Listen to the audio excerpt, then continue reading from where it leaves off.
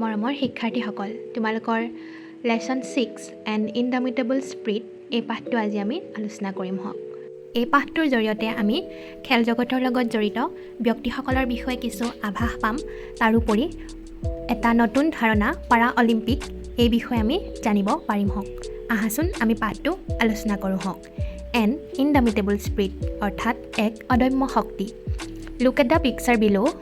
The people in the pictures R all great Indian sports persons অৰ্থাৎ কৈছে look at the pictures below তলৰ চিত্ৰসমূহ লক্ষ্য কৰা the people in the pictures are all great Indian sports person আৰু চিত্ৰত দেখা পোৱা প্ৰতিগৰাকী ব্যক্তি ভাৰতবৰ্ষৰ একোজন বিখ্যাত খেলৰ লগত জড়িত ব্যক্তি match their pictures with the sports they are associated with আৰু তেওঁলোক কি খেলৰ লগত জড়িত সেই খেলসমূহৰ লগত তেওঁলোকক চিনাকি কৰি দিবৰ কাৰণে তোমালোকক মিলাবলৈ কৈছে।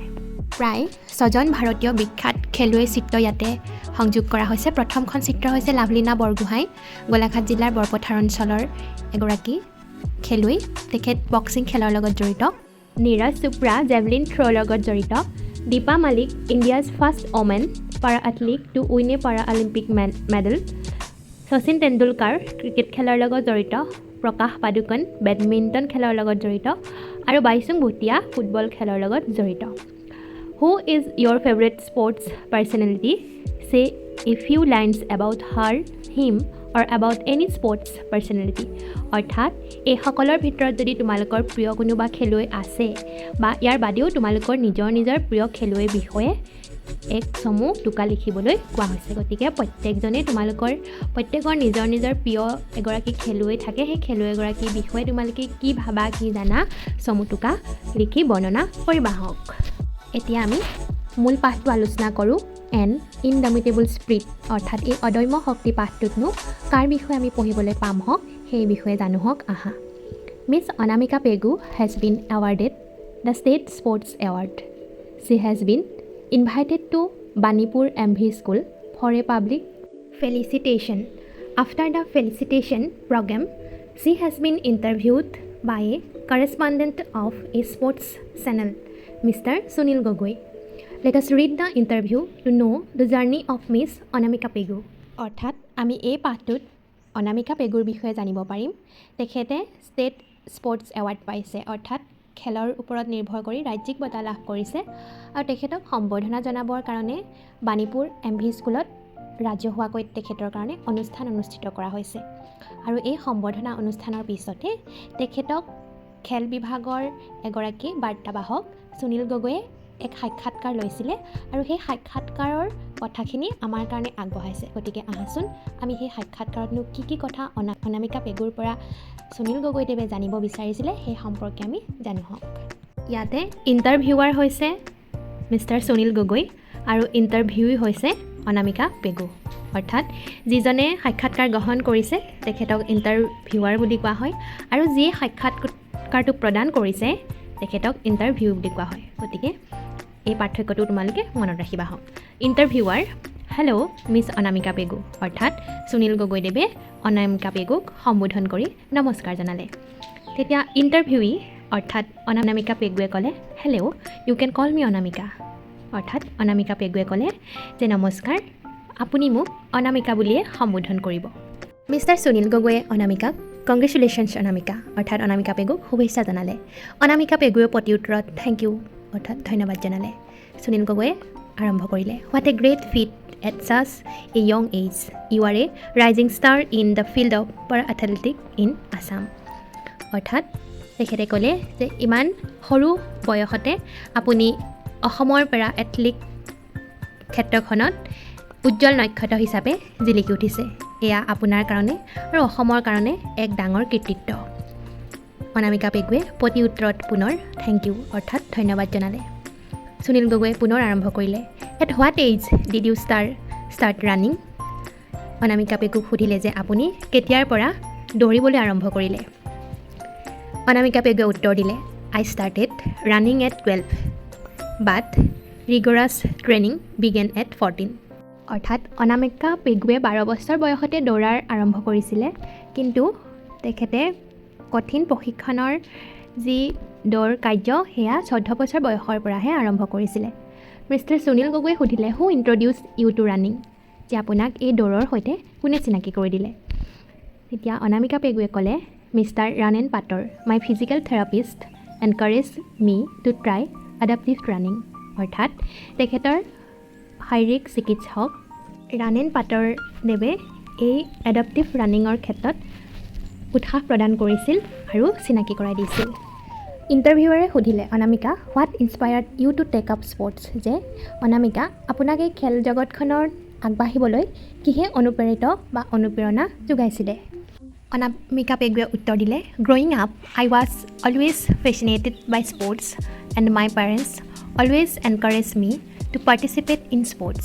অনামিকা পেগু সৰুৰ পৰাই বিভিন্ন ধৰণৰ খেলৰ প্ৰতি আকৰ্ষিত আছিল। তাৰোপৰি তেখেতৰ পৰিয়ালৰ সকলোৱে বিভিন্ন ধৰণৰ খেলত অংশগ্ৰহণ কৰিবৰ কাৰণে উৎসাহ প্ৰদান কৰিছিলে।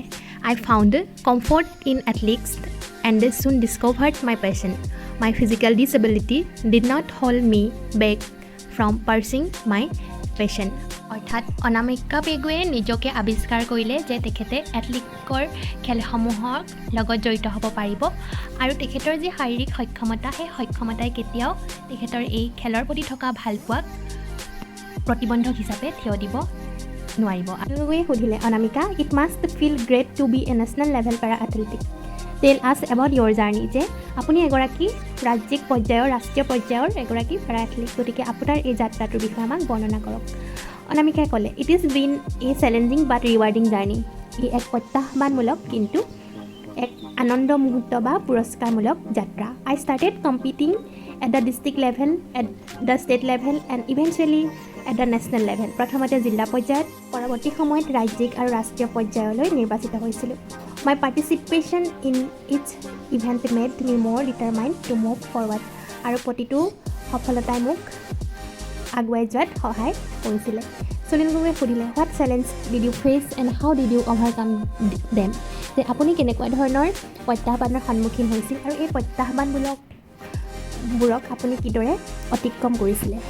অনামিকাই ক'লে, I mainly face infrastructure limitation and self doubt, যে আন্তঃগাঁথনিমূলক সমস্যা, তাৰ উপৰিও আত্মবিশ্বাসৰ অভাৱ। I must tell you that my coach has been very helpful. We somehow managed to make the most of the resource available with us. To overcome my self-doubt, I focused on my strength, worked hard, and surrounded myself with positive influences. যে তেখেতক যিগৰাকী কোচে প্ৰশিক্ষকে শিকাইছিলে, সেই প্ৰশিক্ষকজন অতি বেছি সহায়কাৰী আছিলে। তেখেতে যিকোনো প্ৰকাৰে অনামিকাক সাহস প্ৰদান কৰিছিলে, আত্মবিশ্বাস গঢ়ি তুলিছিলে। তাৰোপৰিও অনামিকা নিজেও নিজৰ শক্তি, নিজৰ কষ্ট প্ৰয়োগ কৰিছিলে আৰু চাৰিওফালে ইতিবাচক চিন্তাৰে পৰিপূৰ্ণ কৰি ৰাখিছিলে। ইণ্টাৰভিউৱাৰে সুধিলে, what is your typical training routine, যে আপোনাৰ প্ৰশিক্ষণৰ সময়সূচী কেনেকুৱা আছিল। অনামিকাই উত্তৰ দিলে, I am trained in adapting techniques for my needs 3 times a week. সময় অনুযায়ী তেওঁ প্ৰতি সপ্তাহত 3বাৰকৈ এই প্ৰশিক্ষণৰ সুবিধা গ্ৰহণ কৰিছিল। My coach help me with balance, speed and endurance. I always try to run at least 5 kilometers at one session. আৰু তেখেতৰ প্ৰশিক্ষকে তেখেতৰ যি নিৰ্ভৰশীলতা, খোজ কঢ়াৰ প্ৰক্ৰিয়া, এই সকলোখিনি সহায় কৰিছিলে আৰু অনামিকাই প্ৰায় 5 কিলোমিটাৰ প্ৰতিটো ছেশ্যনত দৌৰিবলৈ চেষ্টা কৰিছিলে। সুনীল গগৈদেৱে সুধিলে, how do you balance sports and studies, যে আপোনাৰ পঢ়া শুনা আৰু খেলৰ যি সম্পৰ্ক, এই সময়সূচী আপুনি কেনেকৈ সমাযোজন কৰিছিল। অনামিকাই ক'লে, time management is crucial. My teachers and friends help me with my studies. I am very grateful two them, যে সময় পৰিকল্পনা কৰাটো বা টাইম মেনেজমেণ্ট কৰাটো এক কঠিন কাম আৰু এই ক্ষেত্ৰত তেখেতৰ শিক্ষাগুৰুসকল আৰু যিখিনি লগৰীয়া আছিলে সকলোখিনি সহায় কৰিছিলে। গতিকে অনামিকাই তেওঁলোককো ধন্যবাদ প্ৰদান কৰিলে। সুনীল গগৈদেৱে সুধিলে, হু ইজ ইয়ৰ ইনস্পিৰেশ্যন, অৰ্থাৎ আপোনাৰ প্ৰেৰণাৰ উৎস কি। অনামিকাই ক'লে, Dipa Malik, India's first women para athlete to win a para Olympic medal. Her determination inspires me. আৰু ক'লে যে দীপা মালিকেই তেখেতৰ অনুপ্ৰেৰণাৰ একমাত্ৰ, যিয়ে ভাৰতীয় প্ৰথমগৰাকী মহিলা পেৰা এথলিট পেৰা অলিম্পিকৰ মেডেল লাভ কৰিছিলে। তেখেতৰ যি দৃঢ়তা এই দৃঢ়তাই অনামিকাক আকৰ্ষিত কৰিছে। সুনীল গগৈদেৱে সুধিলে, what are Euro future goals? অৰ্থাৎ আপোনাৰ ভৱিষ্যত পৰিকল্পনা বা ভৱিষ্যতৰ লক্ষ্য কি? অনামিকাই ক'লে, অহ য়েছ, মাই short term goal is to win the national championship. Ultimately, I want to represent India in international competition. যে ৰাষ্ট্ৰীয় পৰ্যায়ত পদক লাভ কৰাটো এটা লক্ষ্য হয়, তাৰ উপৰিও আন্তঃৰাষ্ট্ৰীয় পৰ্যায়ত ভাৰতবৰ্ষৰ হৈ যাতে ৰিপ্ৰেজেণ্ট কৰিব পাৰে, প্ৰতিনিধিত্ব কৰিব পাৰে, সেয়া অনামিকাৰ বৰ্তমান সময়ৰ এক লক্ষ্য। সুনীল গগৈদেৱে সুধিলে, how does it feels to represent Assam in national level events? যে আপোনাৰ কেনেকুৱা অনুভৱ হয় অসমক ৰাষ্ট্ৰীয় পৰ্যায়ত প্ৰতিনিধিত্ব কৰি? অনামিকাই উত্তৰ দিলে, it is an immense honour. I am proud to showcase Assam's talent and resilience on the national stage.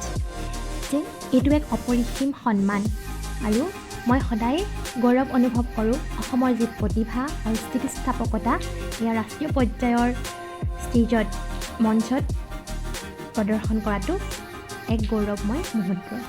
Sunil গগৈদেৱে সুধিলে, what message would you like to convey to the youth of Assam? যে আপুনি অসমৰ যুৱ শক্তিৰ কাৰণে কেনেকুৱা ধৰণৰ বাৰ্তা প্ৰেৰণ কৰিব বিচাৰিব?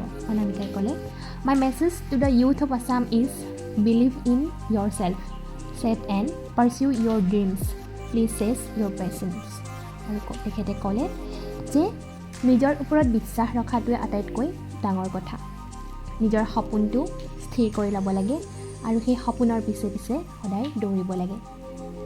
সুনীল গগৈদেৱে সুধিলে, what advice would you like to give to them? যে আপুনি তেখেতসকলক উদ্দেশ্যি কেনেকুৱা ধৰণৰ উপদেশ প্ৰদান কৰিব? অনামিকাই ক'লে, focus on your strengths, life has ups and downs, so' don't allow failures to let you down and handle success carefully, stay dedicated, most importantly enjoy what you do. অনামিকাই অসমৰ যুৱ প্ৰজন্মক উদ্দেশ্য কৰি ক'লে যে নিজৰ শক্তিক বিশ্বাস কৰা আৰু নিজৰ জীৱনত প্ৰাপ্তি অপ্ৰাপ্তি উত্থান পতন এই সকলোবোৰ থাকেই। গতিকে কেতিয়াও ফেইলাৰক অৰ্থাৎ পৰাজয়ত স্বীকাৰ বৰণ নকৰি ছাকচেছক অৰ্থাৎ সফলতাক সুন্দৰভাৱে গ্ৰহণ কৰিবলৈ শিকিব লাগে আৰু সদায় আত্মবিশ্বাসী হ'ব লাগে। তাতোতকৈ ডাঙৰ কথাটো হৈছে যিয়ে কাম নকৰক খুব আনন্দপূৰ্ণভাৱে কৰিব লাগে আৰু সেই কামটোৰ প্ৰতি ভাল পোৱা থাকিব লাগে। সুনীল গগৈদেৱে ক'লে, thank you Anamika for sharing your inspiring story. I wish you all the best for your future career. Your achievement will certainly be an inspiration for others. তেখেতে পুনশ্চ অনামিকা পেগুক ধন্যবাদ জ্ঞাপন কৰিলে। তেখেতৰ এই অনুপ্ৰেৰণামূলক জীৱনৰ কাহিনী সকলোৰে আগত প্ৰকাশ কৰাৰ কাৰণে ধন্যবাদ প্ৰদান কৰিলে আৰু ভৱিষ্যত জীৱনৰ কাৰণে শুভেচ্ছা প্ৰদান কৰিলে যাতে তেওঁ সফলতাই বহুজনৰ অনুপ্ৰেৰণাৰ বাটকটীয়া হৈ ৰয়। অনামিকৈ প্ৰতি উত্তৰত ধন্যবাদ প্ৰদান কৰি ক'লে, থেংক ইউ। পুনৰ সুনীল গগৈদেৱে thank you for giving me your valuable time. পুনৰ ধন্যবাদ প্ৰদান কৰিলে অনামিকা পেগুৰ জীৱনৰ এই মূল্যৱান সময়খিনি প্ৰদান কৰাৰ কাৰণে। এনেদৰেই সুনীল গগৈ আৰু অনামিকা পেগুৰ মাজৰ সাক্ষাৎকাৰটো শেষ হৈছে। এই কাহিনীটোত আমি জানিলোঁ পেৰা অলিম্পিকৰ বিষয়ে, পেৰা এথলিকৰ বিষয়ে আৰু ফিজিকেল ডিজেবিলিটিৰ থকা সত্ত্বেও কিদৰে মানুহে জীৱনত আগুৱাব পাৰে সেই সম্পৰ্কে জানিলোঁ। আশা কৰোঁ সকলোৱে পাঠটো নিশ্চয় বুজি পাইছা। পৰৱৰ্তী সময়ত আমি ইয়াৰ প্ৰশ্নোত্তৰসমূহ আলোচনা কৰিম। তেতিয়ালৈকে সকলো ভালে থাকা, অধ্যয়ন কৰি থাকা। ধন্যবাদ।